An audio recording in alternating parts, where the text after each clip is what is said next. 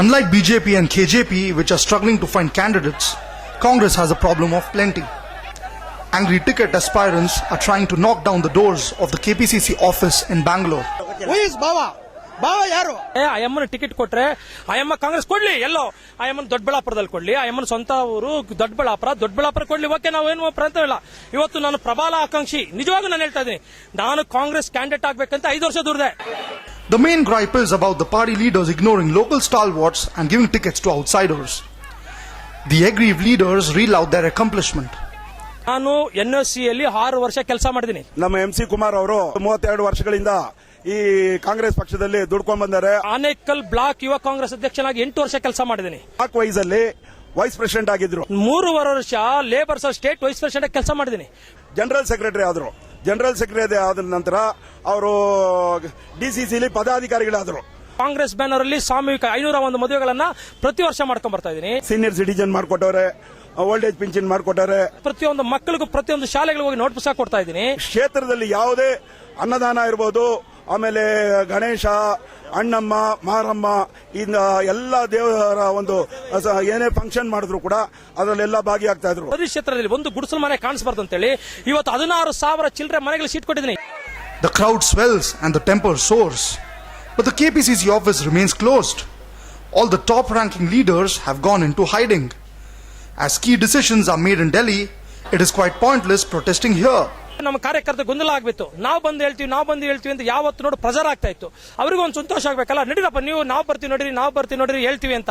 ಅಲ್ಲಿ ನೀವು ಹೇಳಿದ್ರೂ ಅಲ್ಲಿ ಕೇಳೋರು ಯಾರು ಇರಲ್ಲಪ್ಪ. ಸುಮಾರು ಒಂದು 50-60 ಟಾಟಾ ಸುಮೋಗಳಲ್ಲಿ ಗಾಡಿಗಳೆಲ್ಲ ಬಸ್ಗಳೆಲ್ಲ ಬಂದಿದ್ದೀವಿ ಸರ್. ನಾವು KPCC ಇದ್ರತ ನಾವು ಒಂದು 6 ಗಂಟೆ ಕಾಯ್ತಾ ಇದೀವಿ ಸರ್. ಎಲ್ಲಾ ಅಭ್ಯರ್ಥಿಗಳು ದೆಹಲಿಯಲ್ಲಿದ್ದಾರೆ, ನಾನು ದೆಹಲಿಯಲ್ಲೇ ಇದ್ದೆ, ನನ್ನ ದೆಹಲಿ ಇದ್ದೀನಿ. ನಾನೊಬ್ಬ ಯಾಕೆ ಬಂದಿದ್ದೀನಿ ಅಂದ್ರೆ ಕಾರ್ಯಕರ್ತರಿಗೋಸ್ಕರ. The stake in the election is really high for the ticket aspirants. A win means 5 years of free run on taxpayers' money, and its winner takes all here.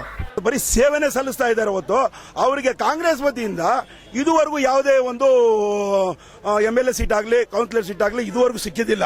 ವಿಧಾನಸಭಾ ಕ್ಷೇತ್ರದಲ್ಲಿ 26 ವರ್ಷ ಆಯ್ತು ನಾವು ಕಾಂಗ್ರೆಸ್ ಪಕ್ಷನ ಶಾಸಕ ನೋಡಿ. 26 ವರ್ಷ ಆಯ್ತು. ಇದೇ ಉತ್ರಳ್ಳಿ ಅಂದ್ರೆ ಉತ್ರಳ್ಳಿಯಲ್ಲಿ 25 ವರ್ಷ ಆಯ್ತು ನಾವು ಶಾಸಕ ನೋಡಿ.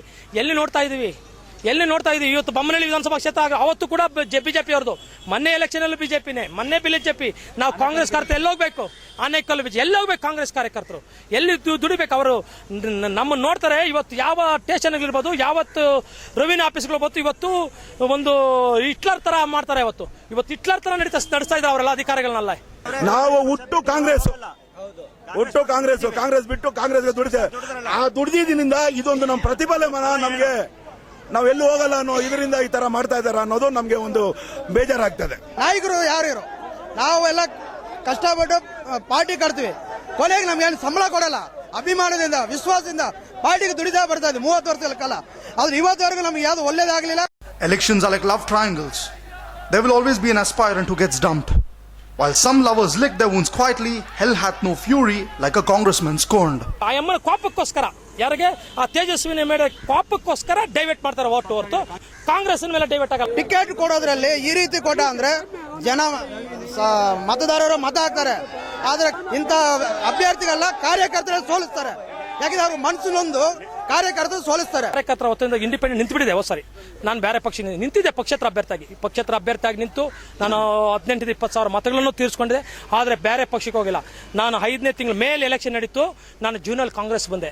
ಜೂನ್ನಿಂದ ಇವತ್ತವರೆಗೂ ಇವತ್ತು ಒಂದು ದಿವಸ ಗ್ಯಾಪ್ ಇಲ್ದ್ರ ಇಡೀ ಕ್ಷೇತ್ರದಲ್ಲಿ ಊರೂರು, ಗ್ರಾಮ ಮನೆಗೂ ತಿರುಗಿದ್ದೀನಿ. ಹೋಗಿ ಸೊರೆ ಮಾಡ್ಲಿ, ಊರೂರು ಗ್ರಾಮದಲ್ಲಿ ಕೇಳಿ, ಬೀದಿಯಲ್ಲಿ ನನ್ನ ಹೆಸರು ಕೇಳಿ. ಎಲ್ಲ ನಾನು ಕಾಂಗ್ರೆಸ್ಗೋಸ್ಕರ ದುಡ್ಡು. ಯಾಕಂದ್ರೆ ಇವತ್ತು ನಾವು ಕಾಂಗ್ರೆಸ್ ತರೋಣ ಅಂತ ಹೇಳ್ಬಿಟ್ಟು ನಾನು ಎಲ್ಲಾ ಕೆಲಸಗಳನ್ನ ಬಿಟ್ಟು ನಾನು ಈ ಕ್ಷೇತ್ರಕ್ಕೋಸ್ಕರ ದುಡ್ತಾ ಇದ್ದೀನಿ. ಯಾಕಂದ್ರೆ ನಮ್ಮ ಪಕ್ಷ ಬೇಕು, ನಮ್ಮ ಪಕ್ಷ ಬರಲಿ, ನಮ್ಮ ಪಕ್ಷ ಬರಬೇಕು. ಇವತ್ತು ನಾಳೆ ದಿವಸ ರಾಹುಲ್ ಗಾಂಧಿ ಈ ದೇಶದ ಪ್ರಧಾನಮಂತ್ರಿ ಆಗಬೇಕು, ಯುವಕರಿಗೆ ಒಂದು ಮಾನ್ಯತೆ ಸಿಗಬೇಕು ಅನ್ನೋದು ಆಸೆ ಹೊರತು ನಾವು ಯಾವುದೇ ಸ್ವಾರ್ಥ ಇಲ್ಲ.